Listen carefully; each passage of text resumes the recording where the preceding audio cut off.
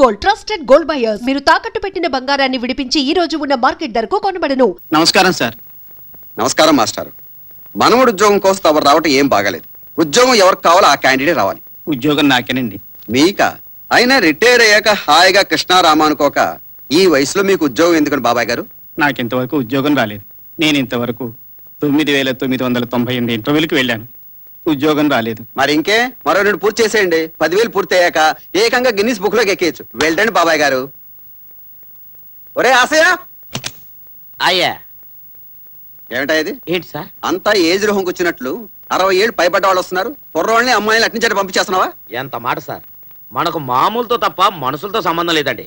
ఇప్పుడు ఫిగర్ను పంపిస్తాను చూడండి. నెక్స్ట్ ఆశయ, ముసలి వాళ్ళని పంపించదంటే పసిపిల్లల్ని పంపిస్తావా? కాదు సార్, వీడి పేరు బాబు. నేను వీడి బాబుని. ఒకసారి పట్టుకోండి, సర్టిఫికెట్ చూపిస్తాను. నా పేరు శ్రీరామకృష్ణమూర్తి. అందరూ నన్ను రామకృష్ణ అంటారు. ఆంధ్ర యూనివర్సిటీలో గోల్డ్ మెడలిస్ట్ ని, స్పోర్ట్స్ లో ఫస్ట్, క్యారెక్టర్ లో బెస్ట్. నా ఫైల్స్ అని పాడు చేశాడయ్యా. నీ సర్టిఫికెట్ తగలయ్యా. వాడేంటి సార్, నేను అంతే. పెద్దలంటే భయం, భక్తి. ముందు వీడిని తీసేయి.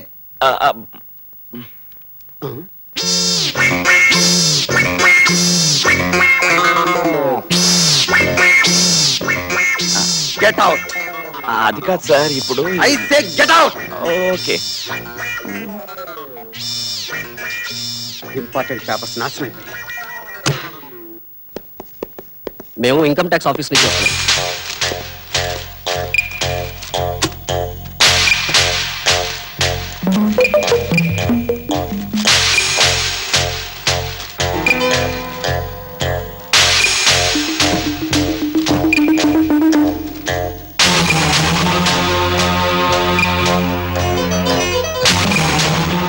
సారీ సార్, మీ కంపెనీ అకౌంట్స్ లో ఏవో తేడాలున్నాయని అవన్నీ ఒక పేపర్ మీద రాశారని తెలిసింది. అయితే అదంతా రాంగ్ ఇన్ఫర్మేషన్ తేలింది. Sorry for disturbing. It's all right. Thank you sir. Okay. It's all right. ఒరే బుజ్జకొండ, నా తెల్ల కాగితాల మీద వచ్చేసి నా నెత్తిన పాలు పోసావు కదరా. My golden child. ఒరే బాబు, నాయనా, ఒరే బాబు, ఇచ్చేసా, నీకు ఉద్యోగం ఇచ్చేసా. You are appointed. ఏంటి వీడికా? అవునయ్యా, గట్టిగా మాట్లాడితే వీడు బాబుకి, అంటే నీకు. ఓకే.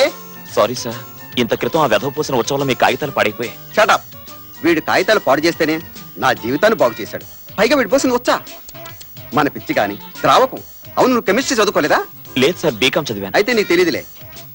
నీలి నిట్మస్ తెల్లగా మార్చును, నా నల్ల దొంగ లెక్కల్ని తెల్లగా మార్చిన బంగారు కొండ. వీడు నా బంగారు కొండ, బంగారు కోడి పెట్ట. దా దా. చిట్టి సార్, ఇలా ఏం కావాలి సార్? నేను ఉండడానికి వెళ్ళేదని చూడగలవా? మీకోసం ప్రాణాలను ఇస్తాను సార్. తాజ్ మహల్ నుంచి టాటా గుడ్స్ వరకు ఏ టైప్ అయినా సెటప్ చేస్తాను. అంత ఆశ లేదు. నేనొక్కడిని, నాకొక్కడు. అయితే ఓ లో బడ్జెట్ లో ట్రై చేస్తాను. మీరు పని చేయండి సార్. రేపు పొద్దున్నే పాండం గుడి పక్కన సందులోకి వచ్చేయండి. నేను అక్కడ వస్తాను. పని అయిపోతుంది. ఎన్ని గంటలకి? 9:30కి వచ్చేయండి. డన్. హాయ్.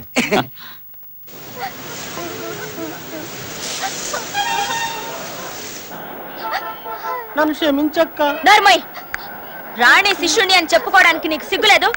అరే, మన హీరో సుమన్ నటించిన బావా బావమరిది cinema first day first show చూద్దాం.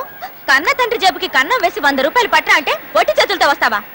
నేనంటే చిన్నపిల్లని తేలేకపోయాను. నువ్వు చిన్న పిల్లాడివా? సరే, ఇంతెందుకు, నువ్వు సంపాదించి చూద్దాం. ఒరేయ్, పిల్ల కాకికేం తెలుసు ఉండేలు దెబ్బ. ఈ రాణి కన్ను కొట్టిందంటే కత్తి లాంటి వాడైనా దెబ్బ కుట్ట.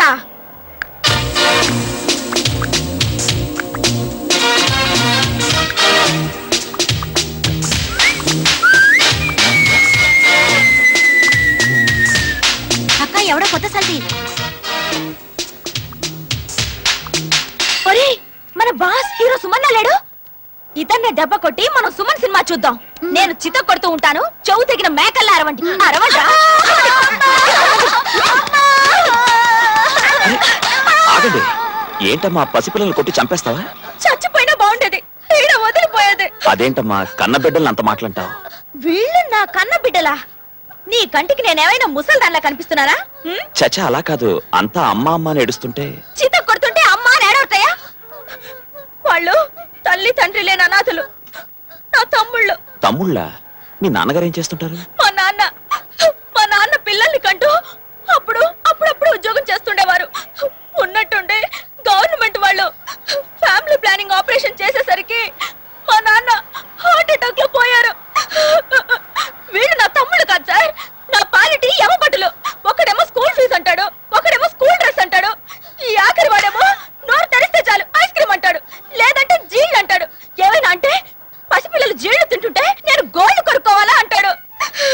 మీ అమ్మగారు? అమ్మా అమ్మా అమ్మా మా అమ్మ దేవత సార్, దేవత. కానీ మా నాన్న పోయాక కృంగిపోయింది. పక్కింటి రావు గారిలో తన భర్తను చూసి పొంగిపోయింది. ఒక బలహీన క్షణాల్లో లొంగిపోయింది. మా నాన్న చచ్చిపోయాడు. మా తల్లి బతికున్నా చచ్చినట్టే. సార్, మీకేదైనా అవకాశం ఉంటే ఒక్క 100 రూపాయలు ఇప్పించండి సార్, నా తమ్ముళ్ళ స్కూల్ ఫీజుకి.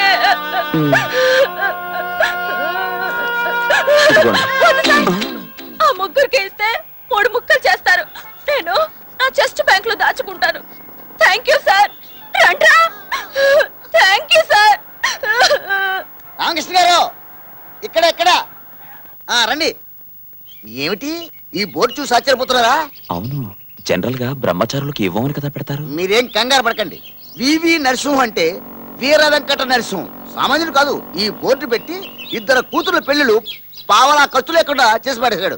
రండి. అదెలా? ఏముందండి, ఈయనకి 3 కూతుర్లండి. మొదటి బ్రహ్మచారి అద్దెకొచ్చి పెద్ద కూతురు లేపుకెళ్ళిపోయాడు. రెండోసారి వచ్చిన బ్రహ్మచారిని 2వ కూతురు లేపుకెళ్ళిపోయింది. ఇంకో కూతురుంది, ఇంకో బ్రహ్మచారి కోసం ఎదురు చూస్తాను. మీకేం పర్లేదండి, మీకు పెళ్ళైంది, పిల్లాడు ఉన్నాడు. Gate close. ఆయనే ఈ ఇంటి ఓనర్. ఎవరది? అద్దెంటి కోసమేనా? అవును సార్, మంచి అద్దెలు చూపించని మా సార్ అడిగితే తీసుకొచ్చాను. ఎంత బాగున్నాడో. ఇది పాప అని నాకు అర్థమైపోయింది సార్. కొంచెం పెద్ద సైజు ఉన్న మీ చిన్న అమ్మాయి. ఎవడో కుమ్మకర్లాడు కుర్రాడు వచ్చి లేవ తీసుకుపోతాడు. పళ్ళు రాలిపోతాయి.